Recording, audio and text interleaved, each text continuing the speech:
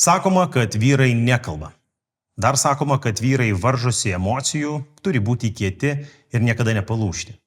Ar tikrai? Sveikinuosi šiandien su visais, kam smalsu ir įdomu išgirsti apie vyrų tėčių gyvenimo užkulisius. Todėl pristatau jums naują podcastą Vyrai nekalba. Mes kalbinsim žinomus ir naujus veidus. Kalbėsim jautriai ir linksmai apie matomą ir paslėptą vyrų gyvenimą. Na, su jumis sveikinuosi aš, Venskutonis Evaldas. Esu žmogus, vyras ir 3 nuostabių sūnų tėtis. Taip pat jau 10 metų vystau renginių organizavimo verslą. Šią idėją inicijuoja paramos ir labdaros fondas Mamų unija, kuris globoja vėžiu sergančius vaikus ir jų šeimas. Kadangi Mamų unija yra apie mamas, tad kaip atsvara joms ir kaip naują jėgą fondo veiklos plėtrai, kartu įkūrėme tėčių pokalbių klubą. Turime 2 svečius ir pirmasis jų yra Gintas Vaičikauskas, radio laidų, renginių vedėjas, 3 vaikų Kipro, Simo ir Mėtos tėtis. Labas, Gintai. Sveikas gyvas, sveiki. Ir antrasis mūsų svečias yra Evaldas Bruzgė, pardavimų vadybininkas, 2 Elzės ir iš gyvenimo išėjusio Bernardo tėtis. Labas, Evaldai. Labas, malonus, sveiki visi. Plačiai visuomeniai, ko gero, labiausiai, Gintai, kreipiuosi į tave. Taip. Plačiai visuomeniai, ko gero, labai atpažįstamas yra tavo balsas. Kadangi jau 20 metų, šiandien esi jau tas, kuris buvo radio balsas ir tikrai tūkstančiai žmonių kiekvieną dieną, kiekvieną rytą girdėdavo tavo balsą. Ir man yra be galo smagu pakalbinti tave patį gyvai. Kai tu kalbindavai žmonės, tūkstančių žmonių radio bangomis, tai dabar tave patį pakalbinti man yra be galo smagu ir tikriausiai daugelį nustebins, kad tu esi net 3 nuostabių vaikų tėtis. Aš nežinau, ar nustebins, nes niekada aš to per daug ir neslėpiau, bet jo, taip jau yra.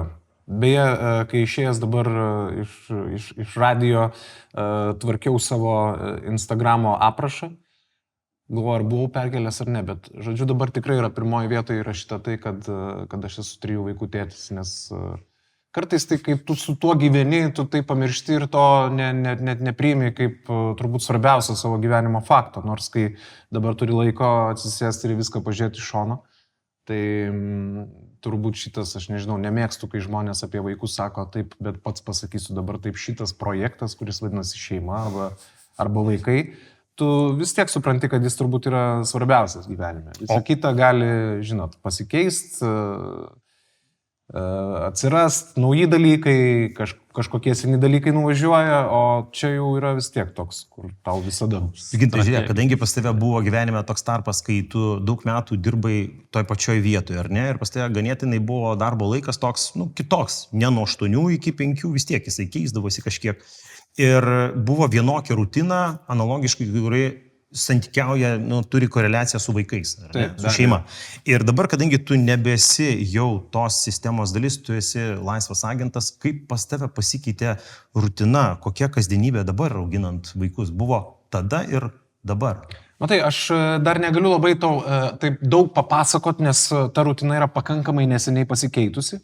Bet ta prasme, žinot, kas, aš žiūriu per tas kelias dienas iš šono ir galvoju, šitie tai greit mokos, nes dabar mano vidurinysis sūnus, jis jau yra pagavęs, kad čia tipo tėtis turi daugiau laiko, jis būna namie ir prasideda tokie, žinai, klausyko, tu rytoj mane iš kirpyklos galėsi parsivežti, nes tu dabar nieko neveiki, žinai.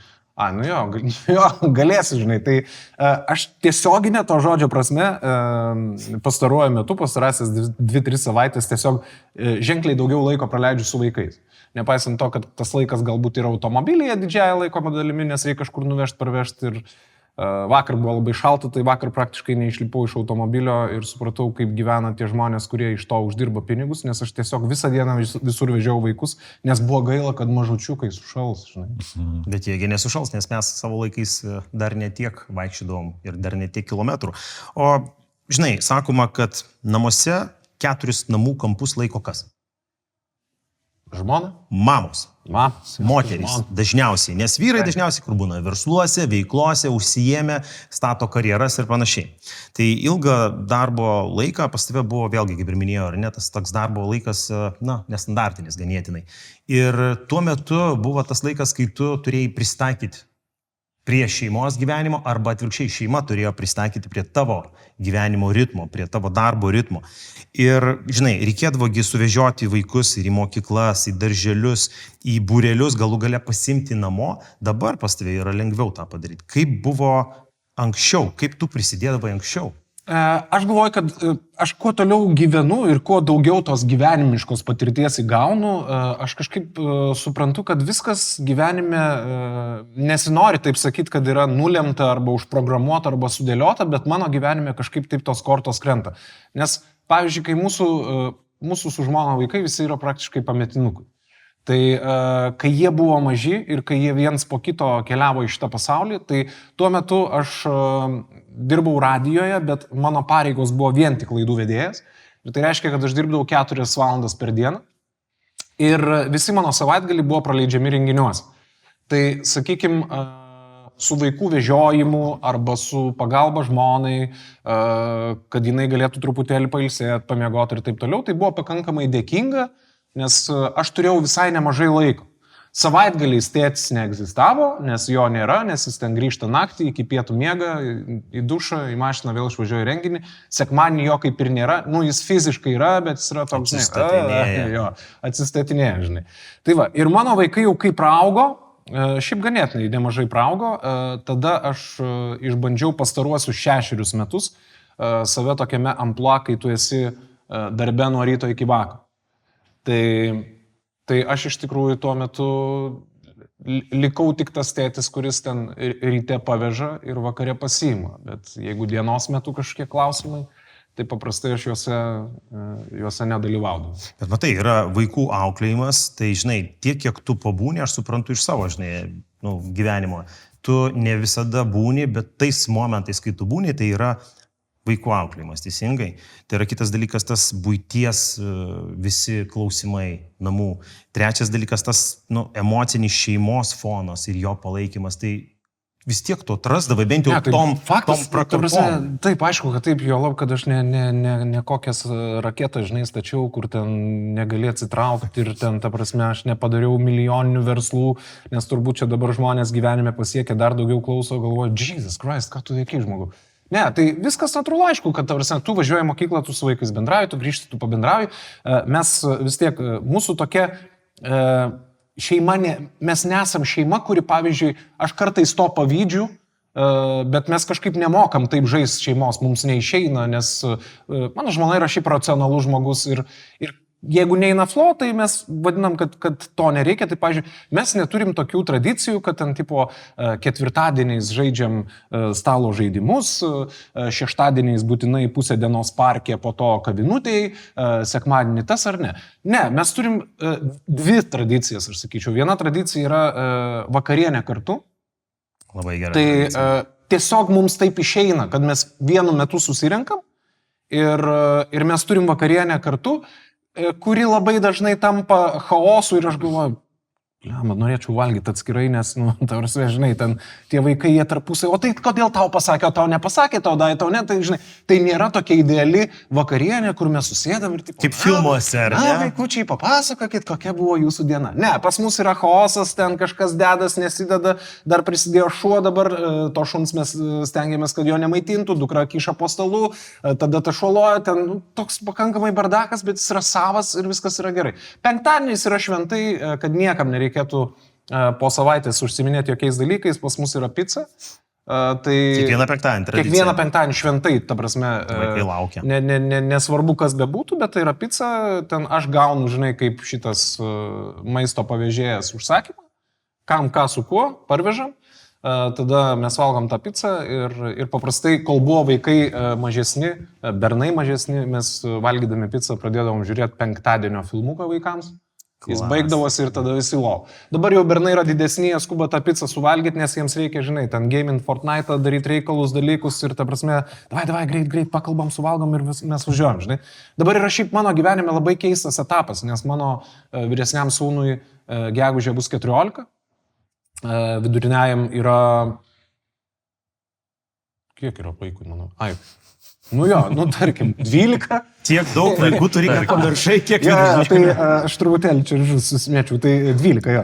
Tai, ta prasme, pas mane jau 2 tokie yra, kurie yra ant ribos keliaujantis į paauglystę.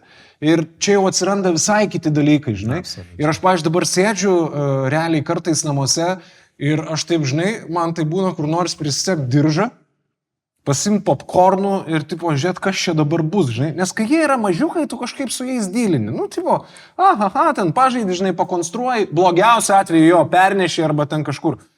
Dabar, ta prasme, yra visai kiti dalykai ir aš taip galvoju, nu, aš nebegaliu, pavyzdžiui, ten su vyresnėliu kalbėti taip, kaip aš su juo kalbėjau prieš porą metų, nes pats jau taip žiūri, taip maždaug, nu, ką čia tai eik, žinai. Nu, tai va, tai toks labai įdomus virsmas.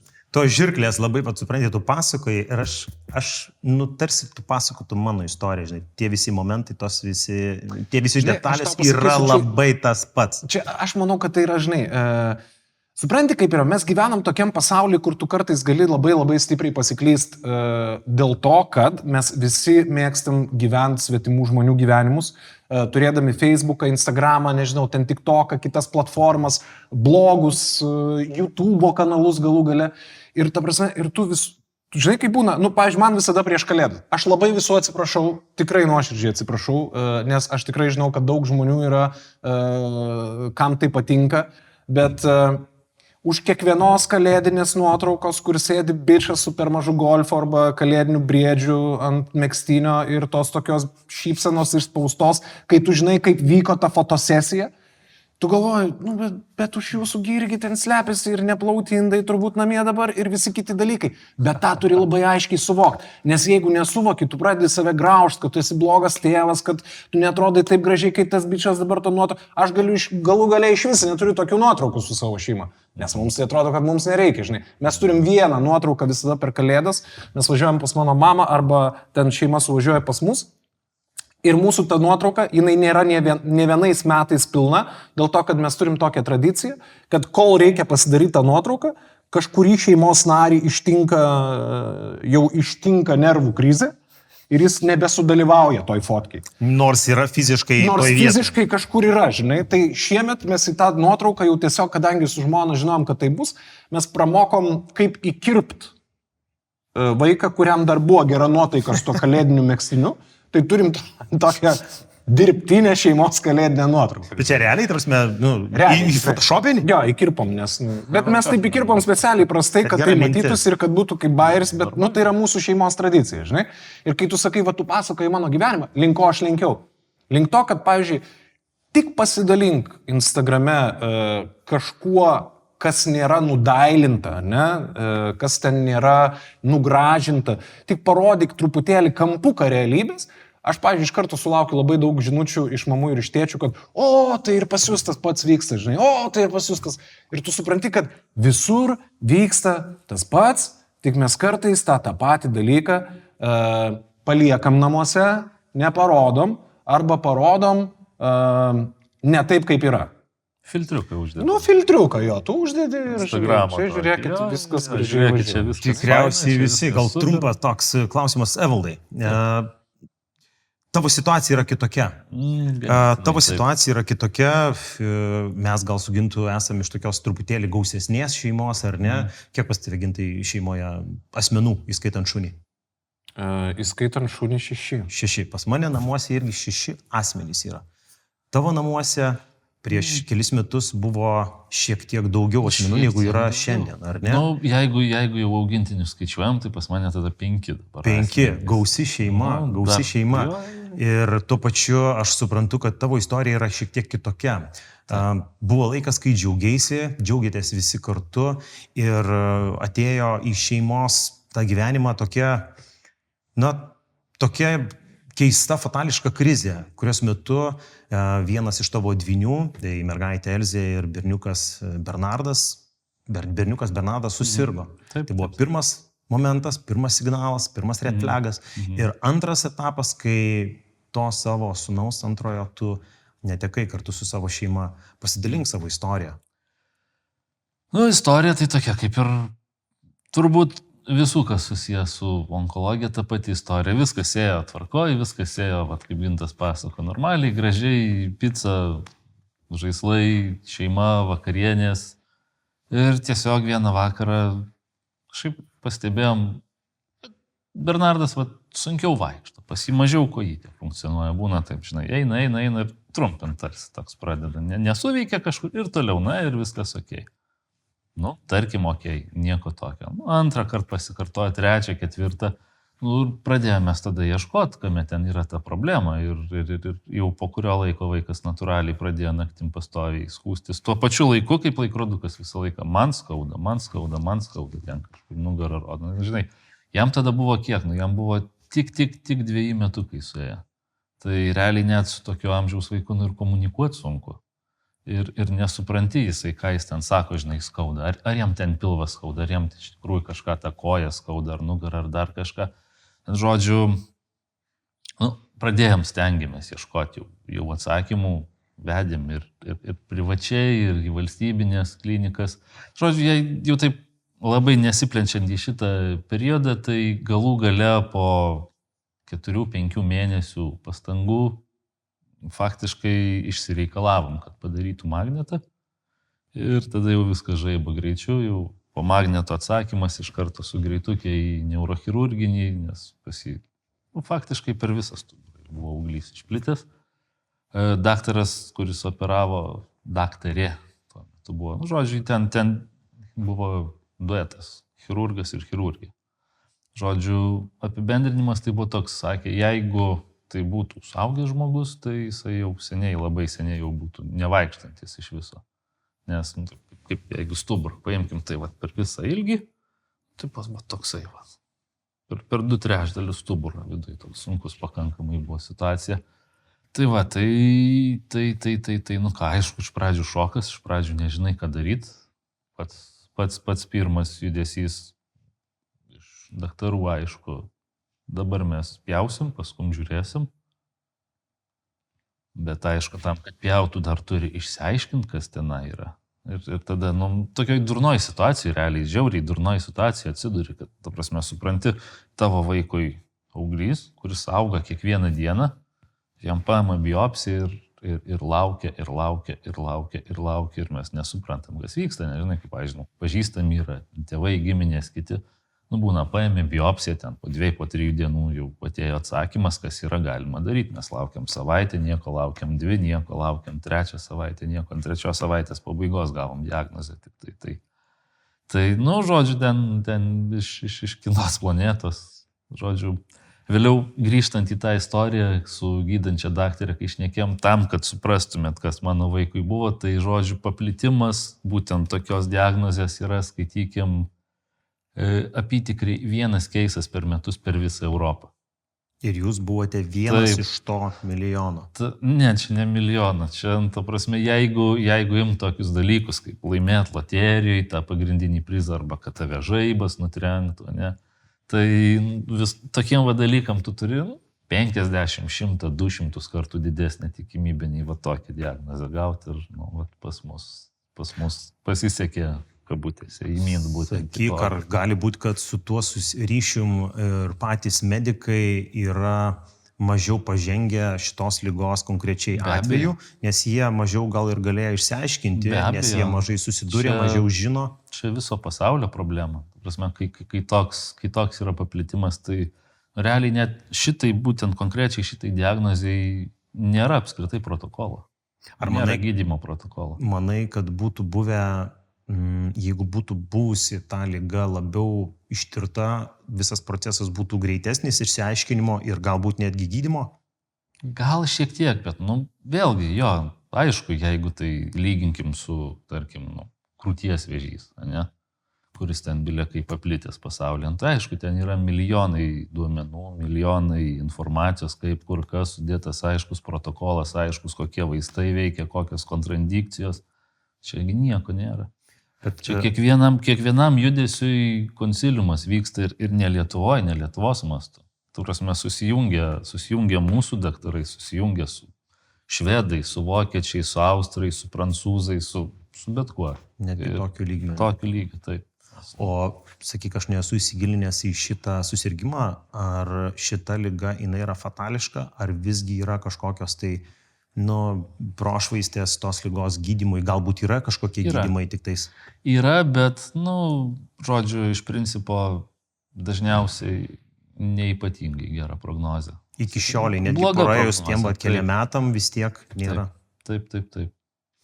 Aš žinau, kad tavo Bernardas tuo metu, kaip ir pats minėjai, buvo beveik 6 metų amžiaus, ar ne?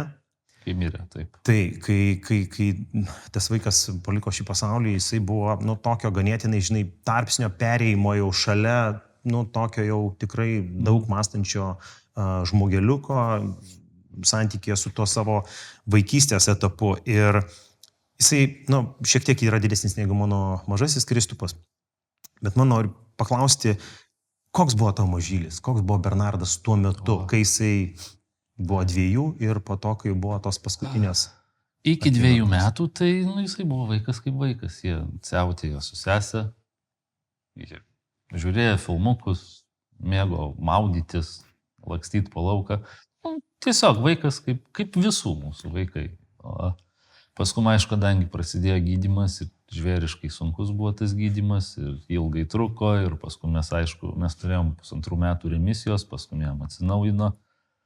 Bet kuriuo atveju tai, tas jį aišku paveikė, bet gal į kitą pusę, nei daug kas galvotumėt, jisai toks, jis tapo ne pagal metus subrendęs, sakykime.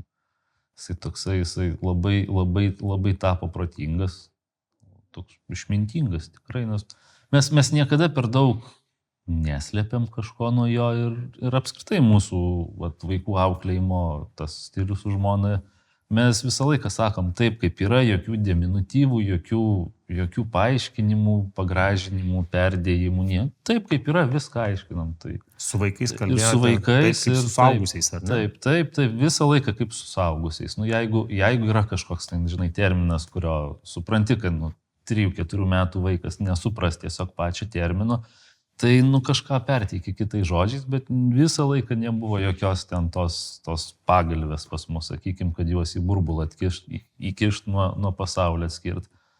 Tai dėl šito viso ir Bernardas, jisai ir Elza dabar yra, kaip dauguma draugų pažįstamų sako, jau kai sušneka, tai ne pagal savo amžių. Ir Bernardas taip pat buvo, jo, Bernardas.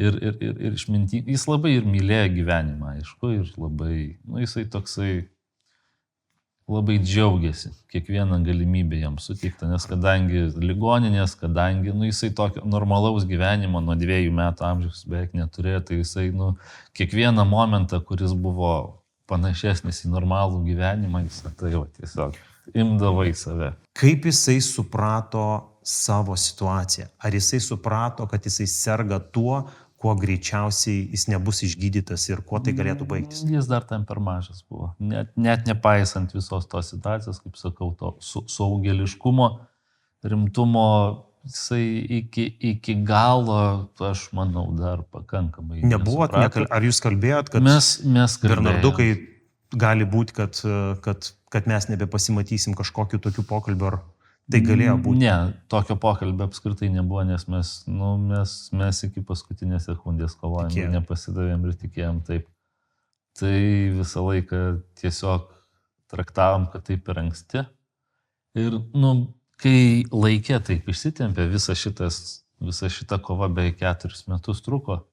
Ir paskum ta atomazga, jinai buvo labai staigi ir labai netikėta, ten tiesiog, kelių dienų klausimas buvo, viskas atrodė, dar eina, dar kovojam, dar turim kažkokio tai šanso galimybių ir paskum, jam staigiai pablogėjo ir tiesiog per savaitę viskas pasibaigė, tai tiesiog nebuvo kada.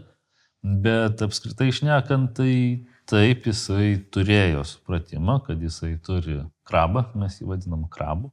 Pagal jo supratimą, tai yra krabas, kuris jį sėdi kūne ir jisai kanda jam, dėl to jam daro skauda ir tiesiog mes jį gydom, viską mes darom su tuo tikslu, kad tą krabą priplot, neišgydyt, užmušt krabą. O kokį paveikslą tu dabar turi, žiūri retrospektyviai, tu prisimeni kiekvieną kartą savo sūnų, kokį sūnų tu laikai širdį? Karys. Visiškas karys, jis toks kietas bičas buvo. Mes turėjom vienu metu jau į pabaigą, kai ėjo kova visa, matėm, kad, sakykime, tradicinė medicina nelabai ką daro. Bandėm šiaudą griebti, sakykime, imtis, kaip jį čia pavadinti, tokia papildų terapija, galima sakyti. Žodžiu, principas yra toksai. Onkologinė liga, vėžys, priklausomai nuo diagnozės yra labai daug, labai skirtingų metodų, kaip jisai maitinasi, sakykime. Tam, kad ląstelė galėtų dalintis, augti, jinai turi iš kažko maitintis. Tai visi, aišku, žino tą standartinį, nevalgyk cukraus, nes maitini vėžį, bet tai, taip, iš principo tai labai teisybė yra, nes, taip, angliavandeniai, bet vėlgi, sakau, priklauso nuo diagnozės, jeigu tarkim, yra kažkas oda susiję, tai apskritai tai pagrindinis maitinimo šaltinis yra riebalai tokie atveju. Bet apskritai tų pačių kelių mitybos, onkologinės ligos, aš nežinau, daktaras tiksliau pasakytų, bet 17-18 skirtingų metodų, kaip jis iš tavo kūno gali išsiurbti savo kažką. Tai visa idėja buvo ta, kad yra žmonių labai sėkmingai tą darančių, yra daugybė tyrimų padarytų, tarkim, sakykime, tu valgai tą ir tą papildą, naudoja ne kurkumino ir kurkuminas, kaip pavyzdys, jisai ir vieną kelią užblokuoja, kuriam laikui bent jau. Ir tada toks buvo jo juodas darbas, susidėjai grafiką, ten, kas teoriškai turėtų blokuoti ir maitinasi. Ir sakau, jis toks, žiauriai kietas buvo. Tai tam, kad visą tą papildų situaciją darytume, tai tiesą sakant, jau reikėjo ir pagalbos. Čia ir mamūnė prisidėjo prie to. Ir mes patys buvom užkūrę puslapį lėšų rinkimo, tai taip ir pavadinam Kietas bičas Bernardas, nes iš tikrųjų toks kietas bičas buvo, visur eidavo su ginklu, su šarvais. Prasme, tam jis visą laiką buvo pasiruošęs kariauti su savo krabu. Bet iš kitos pusės ir tą labai švelnę savo pusę turėjo jam, aš kito bičo nesu matęs, kuris tiek gėlės mėgo. Jam gėlytės, jam buvo viskas. Tai prasme, eini kažkur ten kiaulpienė paprasčiausia pamato, viskas, tėti, palauk, man reikia tą gėlytę nusiskinti, žūtbūt ir viskas. Eldai, aš dar turiu tau vieną klausimą. Po iš esmės tos netekties istorijos su savo sūnumi, jūs kartu šeimoje su žmona dalinotės tais gražiais, įžvalgom, prisiminimais tą istoriją socialiniuose tinkluose. Daugiau, mažiau, bet jūs nevengėt šitos temos, ar ne? Ir ją kalbėti.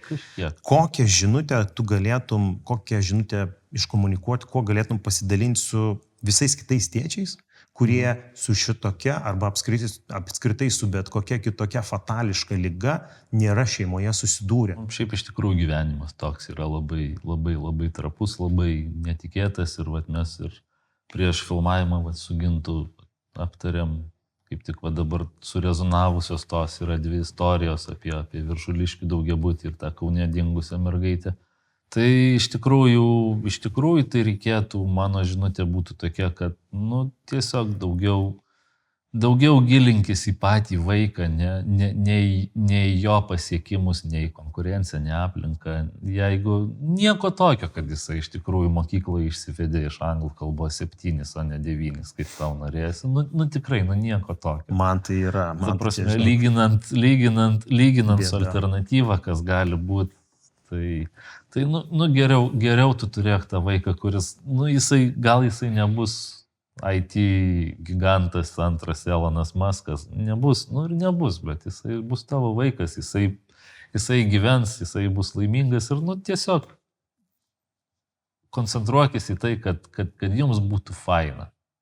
Nereikia pušinti per daug. Gintas šypsosi į tą klausimą, kur apie tos pažymius, man tai yra jautrus klausimas, kai man vaikai, aš stengiuosi jos taip edukuoti, stengiuosi taip, tos klausimus aktualizuoti ir motivuoti visokiais ir pinigais, kom tik galima, kad jie tik mokytųsi. Ir vis tiek čia paina, čia nepaina, čia tai, bet suprantu tavo mintį, ką tu sakai. Motyvacija yra gerai, jeigu motyvacija vaikai atsiliepia, tai yra dar geriau. Bet iš principo čia mano kaip sakant, žinutė, jinai yra ne vaikams, jinai skirta tėvams. Kartais tiesiog reikia atsipalaiduoti daugiau biškui. Ne viskas karas ir tiesa. Ačiū tau labai. Gintai, turiu klausimą tau. Ateina lygos. Daugiau, mažiau. Tenka arba tau, arba tavo žmonai išeiti laikinai iš tos darbo rinkos ir kažkam prisimti tą slaugytojo rolę. Ir kalbam, žinai, toj ilgojoje distancijoje, trumpojoje distancijoje, vis tiek reikia išeiti kažkam. Kas tai būna dažniausiai iš jūsų ir kokie jausmai? Žinai, labai keistas jausmas šiandien yra sėdėti ant šitos sofos, aš turiu būti atviras, dėl to, kad man atrodo, aš kažkaip klausau Evaldo ir man, ta prasme, man kažkurioje vietoje galvoju, tiesiog pradeda nebeveik dalykai, žinai, nes atrodo viską, ką tu sakai, tai absoliučiai neturi jokio svorio, kai tu lygini su Evaldo situacija, žinai. Ir aš noriu pasakyti tik vieną dalyką, kad, ta prasme, bet ši yra mano nuomonė visiškai, man pati didžiausia gyvenimo neteisybė ir kada aš iš vis pradedu kvestionuoti absoliučiai viską gyvenime yra tada, kai kažkas atsitinka su vaikais, žinai. Ir aš kažkaip dabar tiesiog prisiminiau, sėdėjau, klausiau ir aš supratau, kad aš sekiau Bernardo istoriją Facebook'e, kai buvo kalba apie karį ir taip toliau, tai čia mano toks lyrinis nukrypimas. Bet net ir tas pats klausimas, atrodo, jis nebetenka svorio, žinai, kai tu manęs klausi, kas vaikus veža, ne, į polikliniką. Tai čia ta prasme, žmonės turėjo tokią istoriją, tai, žinai, bet aš pasakysiu taip. Aš šitam gyvenime, šituo klausimu, klausydamas Evaldo, aš žinau ir ne tik iš Evaldo istorijų, iš visų kitų baisių istorijų, kad aš esu pridaręs jau tiek klaidų, dėl to, kad aš gyvenime per daug laiko užsiminėjau šudeliavimu. Ta prasme, aš buvau toks žmogus, kuriam svarbu yra darbas, labai nepatogu atsiprašyti iš jo, žinai. Nes, kaip tu čia dabar atsiprašysi, žinai, mano vaikui spektaklis, bus daug tų spektaklių, žinai, kalėdinių. Turiu uždirbti pinigų dabar. Ir 3 klasė, ir 4 radijas yra svarbu, eteris, žinai, arba ten kažkur aš turiu būti, mytas svarbu, žinai. Ir aš turiu daug prisidėliojęs tokių dalykų, kuriuose tu tiesiog nedalyvauji, nes tu neva esi labai užsiėmęs, žinai. Ir kai tu klausai tokių istorijų, galvoji, duok Dieve, žinai, kad kažkada gyvenimas nepamokytų pačių skaudžiausių būdų, žinai. Tai yra vienas dalykas. Kitas dalykas, tai atsakant į klausimą, bet aš daug kur galiu atsakyti, kad aš iš tikrųjų, aš buvau labai stipriai pasinėręs darbus ir tokia ir darbo specifika ir taip visada supuldavo, sakykim, kad jeigu yra gruodis, kai vyksta tavo vaikų dalykai, tai pas mane gruodį yra kosmosas, žinai, irgi darbiniais dalykais, ne? Ir tu tada tiesiog pastumi į šoną, nes tu turi būti ten jau tarsi, ne? Lygiai tas pats, kada žmonės dažniausiai ten, sakykime, įprastai serga, sloguoja ir taip toliau, tai yra žiema. Bet aš dabar pabūsiu tą atsvarą, kuri gali galbūt įnešti kažkiek tą tokią atmosferą kitokią, žinai, kaip tu sakai, būk oponentas ir taip toliau. Tai atsakysiu labai konkrečiai klausimą. Kadangi prieš 2 dienas apsipykom su žmona ir taip neblogai, tai, žinai, yra burniai tokie, kur, ten biški pasipyksti ir yra, kur tu pereini per visus metus, kiek metų esi kartu. Už viską. Visus metus. Tai čia ne per seniausiai turėjom tą už viską, žinai, tai man buvo pasakytas lygiai tas pats klausimas. Kas visada vaikus veža, tu niekada nesi nuvežęs. Ir aš tada sakau, palauk, 3 kartus tikrai vežiu. Bet jinai laikė tą kozerį, supranti, kad iki to momento, kada jau tikrai galės tau kažką. Ja, nesvarbu laikė, bet aš po to tik supratau, galvoju, iš tikrųjų gal tik 3 kartus ir vežiau. Tai tikrai negaliu pasigirti, žinai. Ačiū iš tikrųjų už tavo atvirumą, man labai patinka, žinai, nes vėlgi, aš ne veltui tas mūsų tėčių pokalbių klubas ir mūsų istorijos gal kažkiek skiriasi, bet to pačiu yra tie patys krumpliaračiai, žinai, persipinantis elementai, žinai, kur tikrai turim tuos pačius momentus.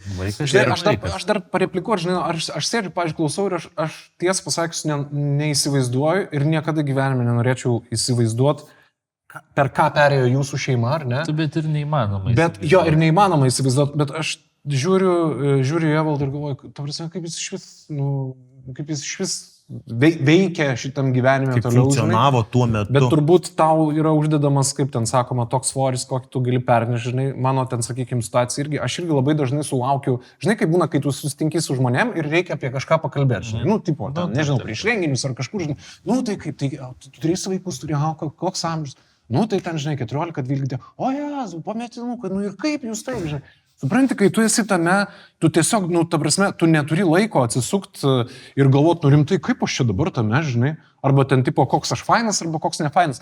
Tu iš perspektyvos žiūri, žinai, jau gali pasižiūrėti, kaip ten iš tikrųjų realiai buvo, ne?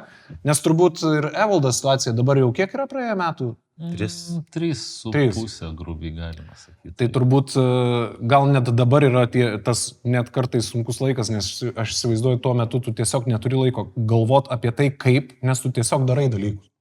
Iš principo taip, funkcionuoja ir viskas. Turiu klausimą abiem. Įsivaizduokite, kai susirga vaikas, ar ne, arba galbūt tai susirga šeimos narys.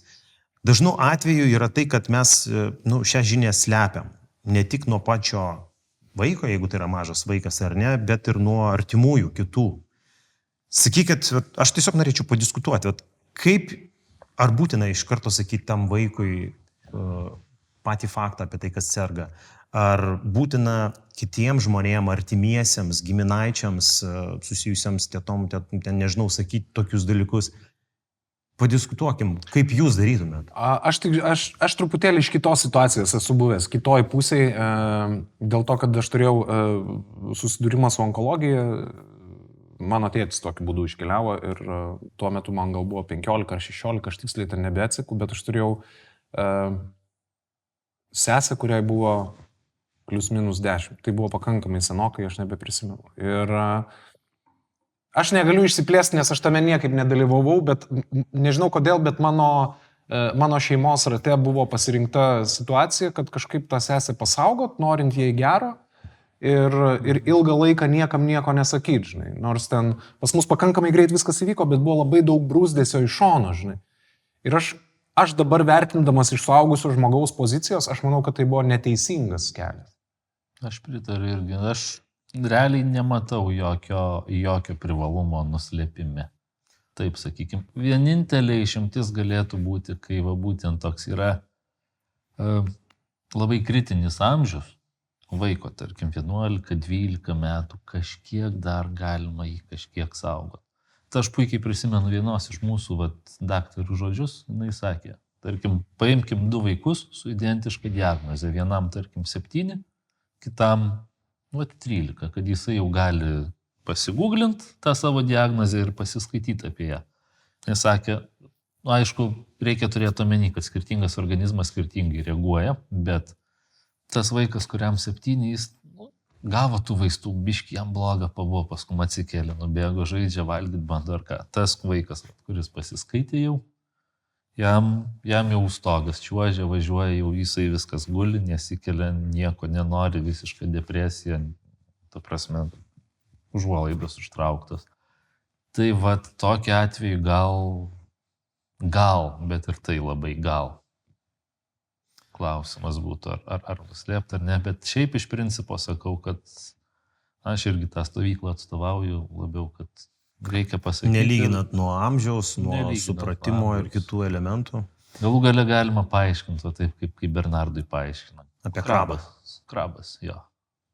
Ir jis vis tiek esmę supranta. Taip. Gintai, ar tu turi dabar, žinai, tas klausimas skamba taip dviprasmiškai, ar turi laisvalaikio dabar, kurį leidi su vaikais? Taip, dabar turi, nes pas tai dabar atsirado lyg ir Marios laiko. Aišku, galbūt pas tai krūvos yra naujų planų, kas aš labai abejoju, nes tu dabar biškeli vidiniai smegenys, ar ne, apie tą savo dabartinį gyvenimą, kas toliau vyksta. Bet jeigu tu turi to laiko su vaikais, kas pas tai vyksta? Gal tu turi kažkokių tradicijų, kažkokių dalykų, kurių net mama nežino, žinai, su savo vaikais, su vienu praleidi, su kitu praleidi, ar kartu su visais. Pasidalink šitoje vietoje, kaip pas tave vyksta. Dabar aš dar neturiu kažkokio atskiro laisvalaikio, nes tai per mažai, bet vėl čia tas tokias tradicijas. Aš bandžiau įvesti kažkada tradiciją, kur šiaip aš šitam dalykui visiškai pritariu. Aš manau, kad tai gerai veiktų ir gal dabar aš turėsiu tiesiog daugiau laiko tam atgaivinti. Kai yra sakoma, kad tu su kiekvienu vaiku, tarkim, nežinau, tu turi 2 vaikus, pavyzdžiui, arba ten turi 3 vaikus, arba ten turi 4, nežinau. Tu su kiekvienu vaiku turi praleisti atskirą jo laiką. Laiką su juo. Su vienu, su vienu, su antru ir su trečiu, kad jie nebūtų krūvoj, žinai. Tai toks kokybiškas laikas viens ant vieno, žinai. Tai aš kažkada bandžiau įvesti tą tradiciją, aš pats ją bandžiau įvesti, pats jos atsisakiau, nes vėlgi buvo gydžiauriai daug visokių svarbių dalykų. Tai aš labai stipriai dabar galvoju apie grįžimą prie šito, kad reikėtų tai pabandyti padaryti, nes kiek man teko tai daryti, tai man pačiam visai patiko, nes kai tu esi su vaiku vienas prieš vieną, prieš vieną netinka čia tas žodis, čia ne kova, bet kai tu esi tik dviese, tai žiūrėk, tas vaikas jis kažkaip kitaip tau atsiveria, kitokias temas paliečia, nes jo, žinai, nėra tokio, kaip, pavyzdžiui, tau sako kažką vaikas tau ir tada iš galo replikuoja brolis, žinai, koks telefoną rankoje laikina. Ei, ką tu čia pasakoji, ne taip ir, žinai. Nu ir tada griuvo ten visą tą karuselę. Tai mano planas yra toks, kad būtų labai faina tai pabandyti, bet šiaip mes su vaikais kažkokių tokių tradicijų išskyrus, nu kaip ir visi, ta prasme, mes ten... Žinot, kaip yra... Problema yra manyje. Ir aš turiu labai tokią didelę problemą, kad aš prieš darydamas arba veikdamas kažką su vaikais, aš susikuriu kažkokį lūkestį ir kadangi aš šiaip esu gal gyvenime toks rezultato žmogus arba taip kaip aš įsivaizduoju, taip turi būti ir ne kitaip, nes jeigu yra kitaip, man tada pradeda kažkaip ten nebepatikti ir kažkaip. Tai, žinai, kaip, tarsi tai yra blogai, aš tą pripažįstu dėl to, kad, pavyzdžiui, aš galvoju, gerai, rytoj mes atsikeliam, mes gyvenam ten, sakykime, šalia visai puikaus pažintinio tako, arba nesvarbu, važiuosim ten į tokį pažintinį taką ir iškart susikuriu, žinai, kelsim visi geros nuotaikos, čia visi rengsi, žinai, čia arbatos pasidarysim sumuštinių, tada nuvažiuojam, aš jungiu laikrodį, praeinam ir stravoje gražiai atrodo nuotraukai, Facebookai, Instagram'e. Viskas pagal planą, pagal scenarijų. Viskas pagal scenarijų, žinai, viskas bus čia faina, tada grįšim, žinai, aš jausiuos pabuvęs fainų tėvų, žinai, vaikai jausis fainų. O kokia yra realybė? Realybė yra tokia, kad kiekviena šeima turbūt turi savo dalykus, pas mane yra taip, atsikelia vaikai ir tipo, ką veiksim, žinai. Nu ir aš ten jau, žinai, tą sumuštinį dėdamas arba arbatą pil, vaikai šiandien varysim į žį. Ir tada aš jau žinau, kas bus. Arba ten, o tai kur? Arba kitas, koks ramiausias, kiek kilometrų? Tikrai neįs. Ir tada prasideda, ta prasme. Vienas paleidžia dūdas, kitas nesirengia, trečias dar kažką daro. Tada aš su tuo jau nebesudylinu, tada man pradeda kilt nervai, žinai. Mes vis tiek ten per pykčius visi išvažiuojam, tipo, nes, nu, tėvukas yra sugalvojęs planą, nuvarom ten, tada aš pradedu eit, man atrodo, kad jie per lėtai eina, jie paskui mane nespėja, nieko nebereiktų sumuštinių arbatų, nieko, kažkaip visi susinervina, galų gale grįžta ir, tipo, daugiau nebevažiuosim iš vis niekur ir ten, žinai, vyresniai. Tai gerai ir nevažiuokim, aš visą dieną prie kompo būsiu, žinai. Tai man yra ne kartą buvę tokių situacijų ir aš ieškau klausimo. Žinai, kaip yra vis tiek tu atsisėdi tada vakarė ir galvoji, kas čia yra blogai, kas neveikia dabar. Čia aš blogas tėvas, ar kas čia yra?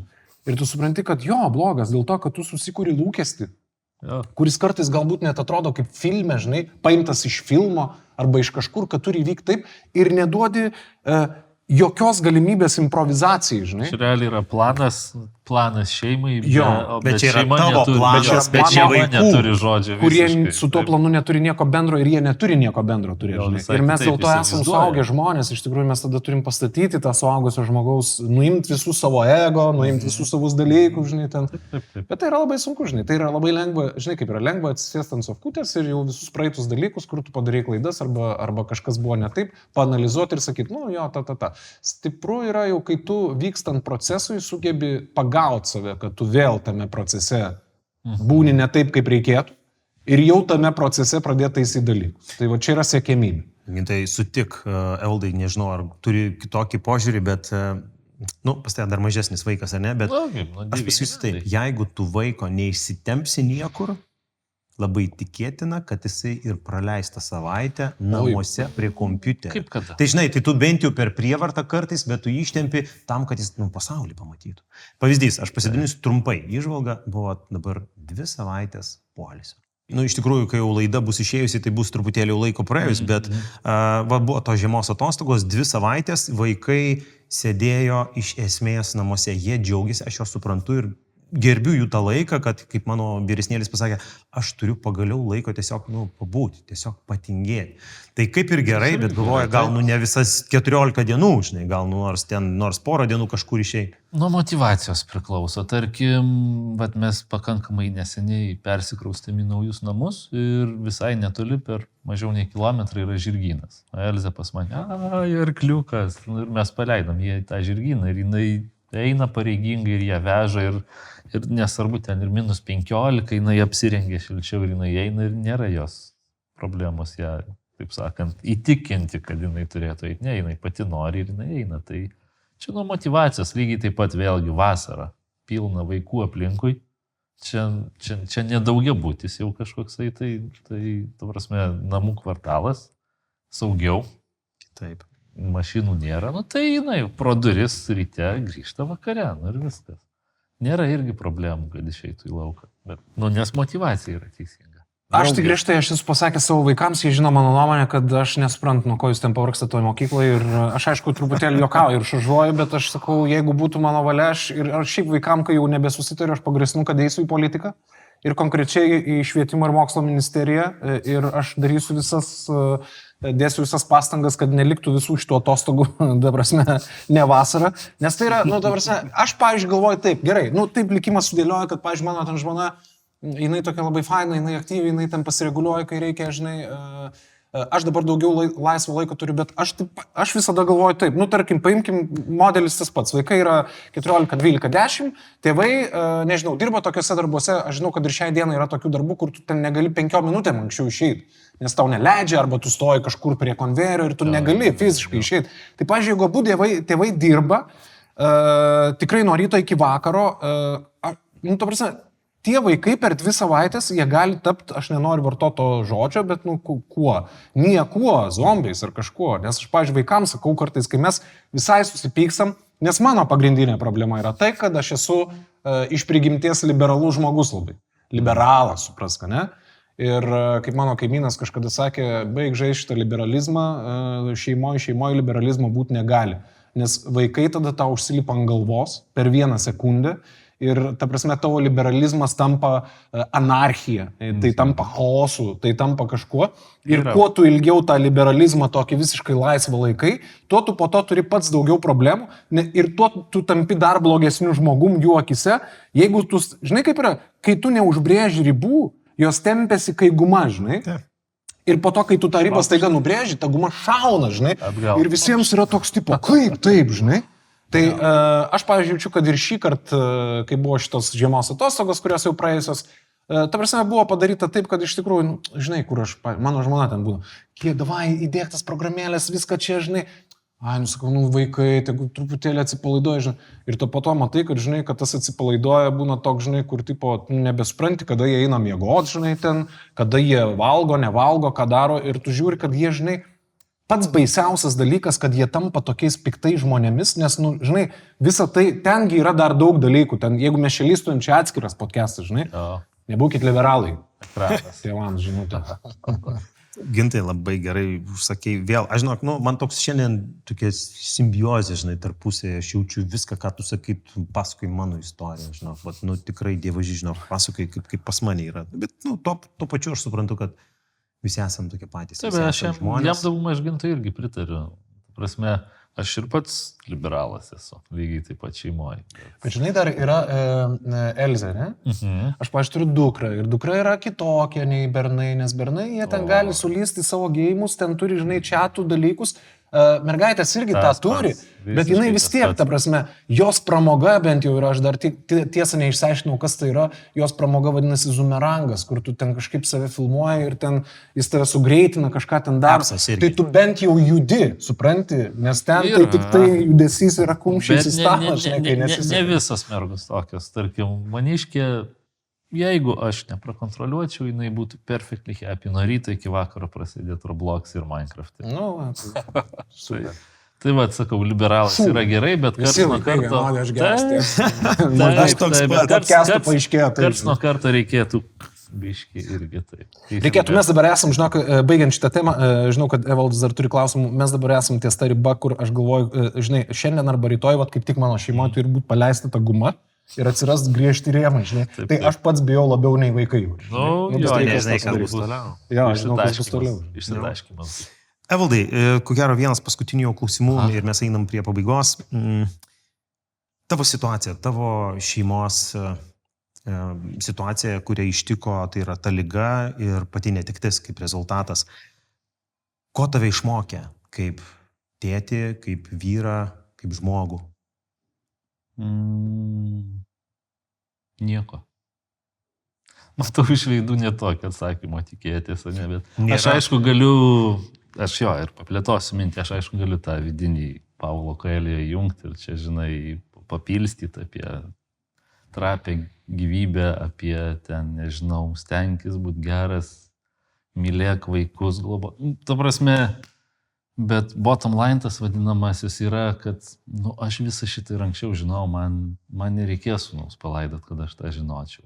Bet yra vienas dalykas, ką aš iš viso šitos situacijos pasiėmiau, ką galiu pasakyti, tai iš tikrųjų yra, kad mes lietuviai nesam mes tokie baisūs, kaip mes mėgstam save piešti, kokie mes pikti, nepakantus. Gal kai kuriais klausimais, jeigu į globalumą žiūrėt, gal tai, bet kas liečia žmogaus nelaimę, vaiko ligą, ne. Mes labai faini ir labai sugebam ir atjausti, ir padėti, ir sakau, man tas buvo ir netikėta, ir surprizas, nes ir Bernardui daug pagalbos buvo, ir kaip minėjau, tarkim, tos biškį pinigų rinkom. Buvo tokių istorijų, ta prasme, moterėlė tiesiog niekada nematyta, niekada negirdėta, nepažįstama, paima, perveda 1000 savo. Mūsų atostogų biudžetas metinių, bet maždaug jums labiau reikia, imkit, mes kaip nors be atostogų. Tai šitas dalykas labai toksai liečiantis buvo ir šitas buvo man labai didelis atradimas, kad nesakau, mylėk savo vaiką, nes gali jo ten netekti ar dar kažką, tai čia tokia bazinė, sakykime, tiesa yra ir visiškai nereikia nelaimės, kad tą įsisavok. Susivoktum, įsisąmonintum. Tai bet kad mes geroj šaly gyvenam, kur yra žmonės daug labiau atjaučiantys, daug empatiškesni, nei mes patys apie save galvojam. Tai čia netikėta buvo. Aš atsiprašau, aš negaliu nepaklausti klausimo vieno klausydamas šito, nes iš tikrųjų mes dabar dar gyvenam tokiais laikais, kai aplink to blogio yra milžiniškai daug, sakykime, ar ne? Aš kalbu apie karus, apie visokius tokius neigiamus dalykus, kur tarsi tau kiekvieną dieną dirgina tą nervą, kur tu supranti, kad akimirka yra trapi ir žinai, bet, ar mes visi sutinkamų svorių tai reaguojam? Klausimas, bet aš vis tiek turiu Evaldui klausimą, ar tavo ir dukros santykyje sūnaus netekimas kažką pakeitė? Arba kažkaip, nežinau, atsirado kažkoks kitoks ritualas arba kažkoks dalykas, kurį tu būtinai darai, nežinau, kasdien, kas savaitę, kas mėnesį, ar jūsų santykis tiesiog važiuoja ir galbūt tu taip važiavęs ir toliau ir prieš?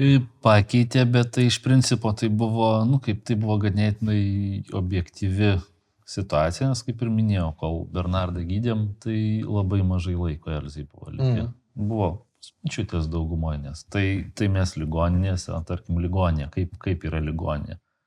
Reiškia, blokai kartojasi kas 3 savaitės, atvažiuoja į ligoninę iš vakarėse, ten 3 dienas varvina vaistus, tada ten 2-3 dienas vaikas atgaudinėja, tada jeigu viskas gerai.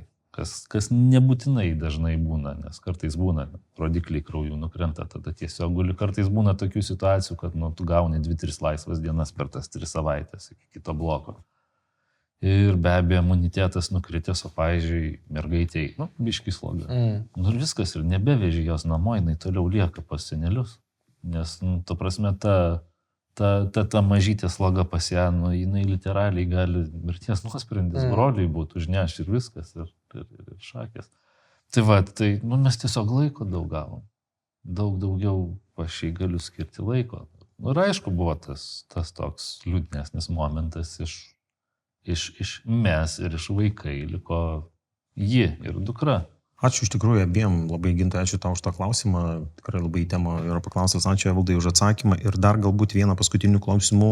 Evaldai, kadangi tu perėjai savo situaciją, tu gali reflektuoti kitiem žmonėm, kitiem vyram, to pačiu tėčiam, ką tu patartum tokio unikalaus iš savęs vyram, tėčiam, atsidūrusiam panašioje situacijoje kaip tavo? Pirmiausiai, tai nepasiduot, kovot. Žinau, visą laiką visą laiką ateina tas šokas, tas pirmas, kai atrodo, kad nesupranti, kas vyksta, atrodo, kad čia ne man, kad čia kažkas sukasi aplinkui, bet visą laiką yra opcijų, yra galų galia, jeigu kažko tai negali, trūksta kažko, žinių, išteklių, dar kažko yra va, ta pati mamų unija. Tikrai visą laiką padeda, užtenka tik tais pasakyti, tik kreiptis. Tikrai padės vienas dalykas, kitas dalykas tai pavadinkim namų darbai. Kuo nėra malonus tas dalykas sėdėti, studijuoti ten visokius medicininius dokumentus į PubMedą kokį list, kur ten iš vis paukščių kalba dažnam gali atrodyti medicininiais terminais, bet vis tiek, kuo tu daugiau žinosi, tuo bus pačiam aiškiau. Kuo bus pačiam aiškiau, tuo racionaliau galėsi elgtis, galų gale kažką gal net galėsi pasiklausti, pasitart su gydančiu daktaru. Tai, žodžiu, svarbiausiai tiesiog nepalikti eigai visko, savieigai, būt aktyviu ir būt pasiryžusiu. Viską pereiti ir laimėti. Ačiū labai, turiu paskutinį klausimą abiem jums. Gintai, Evaldai, turit savo asmeninės vertybės, turit savo šeimos vertybės, turit savo kažkokią gyvenimo viziją ir filosofiją. Ką norėtumėt perduoti savo vaikams, vat iš tų vertybių, filosofijų, iš jūsų tų pasaulėžiūrų, ne, šeimoje, asmeniškai ir gyvenimiškai? Aš pats, kadangi šiuo metu esu tokiam virsme ir taip gal simboliškai, kad 40-metis ar tai pradedi dėliot kažkokius dalykus, tai aš žinau tą ir anksčiau, bet aš savo vaikams labai norėčiau pasistengti skiepyti tai, kad tu gyvenime turi nebijoti nieko. Tarsi, aš turiu omeny su sveiku protu. Tai nereiškia, kad tu atsistoji prieš važiuojančią mašiną, nes tu nebijai, žinai. Ne, tarsi, tu žinai pasiekmes tam tikrų dalykų, tai aš nekalbu apie tokius, absurdiškus dalykus. Bet aš turiu omeny, kad nebijok. Jeigu tu nori išbandyti tą, bandyk. Jeigu tu nori pasakyti, sakyk. Bet mano galva, nebijojimas visada turi veikti su vidiniu, aš jį vadinu širdies balsu, nežinau kaip kiti vadina, bet mes jį kiekvienas vis tiek turim. Vis tiek jaučiam, kad mus kažkas kreipia į vieną pusę arba į kitą pusę. Ir mano turima dabar gyvenimiška patirtis rodo, kad kai tu pradedi bijot labiausiai to, ką pagalvos kiti, vat to labiausiai nereikėtų. Arba ką pagalvos, arba ką pasakys. Aš nežinau, kaip bus, kai praeis kažkiek laiko. Dabar mes gyvenam tokiam beprotnami, kur, ta prasme, tu ateini kažką pasakai, tada subėga krūva žmonių su kavos puodelių profilių nuotraukom ir pradeda tave lest, žinai, lygioje vietoje apie nieką. Žinai. Tai, ir jeigu tu pradedi bijot jų, tai tu supranti, kad tu gyvenime tau lieka užsidaryti palapinę ir niekur nelįst, nes tiesiog šakis. Taip. Tai aš norėčiau palinkėti savo vaikams ir pasistengti įdiegti tai, kad jie nebijotų savęs, nebijotų gyventi atvirą širdim ir kas svarbiausia, savo širdies arba to vidinio balso, kaip kam patogiau, kad jie jo klausytų, nes kai tu jo neklausai, dažniausiai iš to nieko neišeina. Nes kažkas ten viduje tau vis tiek dažniausiai rodo gerą kelią. Tai va tai būtų. Labai pritariu, čia geras momentas buvo iš mano pusės, ką aš norėčiau. Aš labai norėčiau išmokyti mergaitę, kad jinai koncentruotųsi į teigiamas emocijas, o ne neigiamas. Kad jeigu kažkas, žinai, nepavyko, pavyzdžiui, nepavyko, tai tiek to, kad geriau koncentruotis tai, kas gerai, kas faina, kas patinka, nei tai, kad žinai, va čia tas blogai, tas negerai, kad, ta prasme, visiškai nenoriu, kad po 40 metų būtų, kokia nors, žinai, pikta tulžinga teta su gėlytėm ant Facebooko profilio. Čia specifinis toksai yra, žmogaus tipažas. Tai mano tiesiog tikslas, kad dukra neišauktų tokia, gal sakykime, gal aš per neigiamesnę pusę pažiūriu, nei pozityvesnę, nors ką tik pats prieštaravau savo, bet aš tiesiog noriu, kad jinai užauktų laiminga, kad jinai užauktų pozityvus, atviras pasauliui žmogus ir man daugiau nieko iš jos nereikia. Ačiū labai už refleksiją, ačiū labai už jūsų mintis, už tas įžvalgas, kurios yra kiekvieno be galo skirtingos ir tuo pačiu panašios ir labai labai aktualios. Aš galbūt nuo savęs tik tais norėčiau pridėti tiek, kad, na, jeigu jau einam prie tų palinkėjimų ar ne, nuo kiekvieno savo, tai tikriausiai aš vaikam, nes aš žinau, kad anksčiau ar vėliau jie pasižiūrės šitas laidas ir ką tėtis sako apie juos ar ne, ir apie jūs analogiškai, tai aš tiesiog palinkėčiau nebijot klysti. Man gyvenime tai buvo didelis iššūkis, kažkada tais aš bijojau klysti, o kai klydau, bijojau dar labiau, tada, kaip Gintas sakė, labiau užsidarydavau, tada mažiau padarydavau ir, ta užburtas ratas. Tai palinkėčiau iš tikrųjų nebijot klysti, nes kiekviena klaida, kiekvienas gyvenimo tas suklupimas, jeigu tu atsistoji, o tu tikrai atsistoji, padeda tau būti stipresniam kaip vyrui, kaip žmogui ir visom kitom ampluo. Ir kaip tėčiai. Kaip ir tėčiai, teisingai. Be abejo. Tai ačiū bičiuliai, kad šiandien buvote su mumis studijoje, tai dar kartelį. Turime Evaldą Bruzgę ir Gintas Vaičikauskas, ačiū labai, kad atėjote. Na, o su jumis mes sveikinsime jau kitoje laidoje, kalbinsime kitus svečius, tėčius, vyrus. Ir apie tai papasakosime, manau, kad ir ateinančiuose anonsuose. Na, o šiandien ačiū labai dar kartelį už jūsų apsilankymą. Pasimatykime kitose laidose. Sekite mus Instagrame, sekite mus Facebook'e ir YouTube kanaluose. Ačiū, iki kito karto.